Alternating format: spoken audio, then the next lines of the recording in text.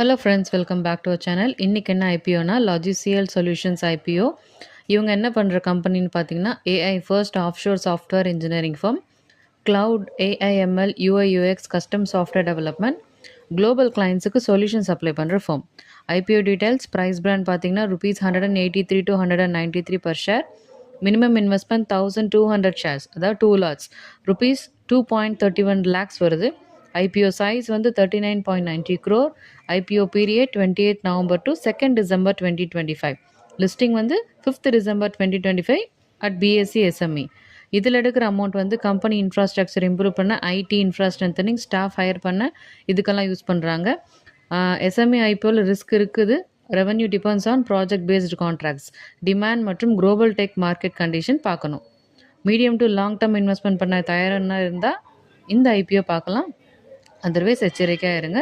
IPO அப்டேட்ஸுக்கு நம்ம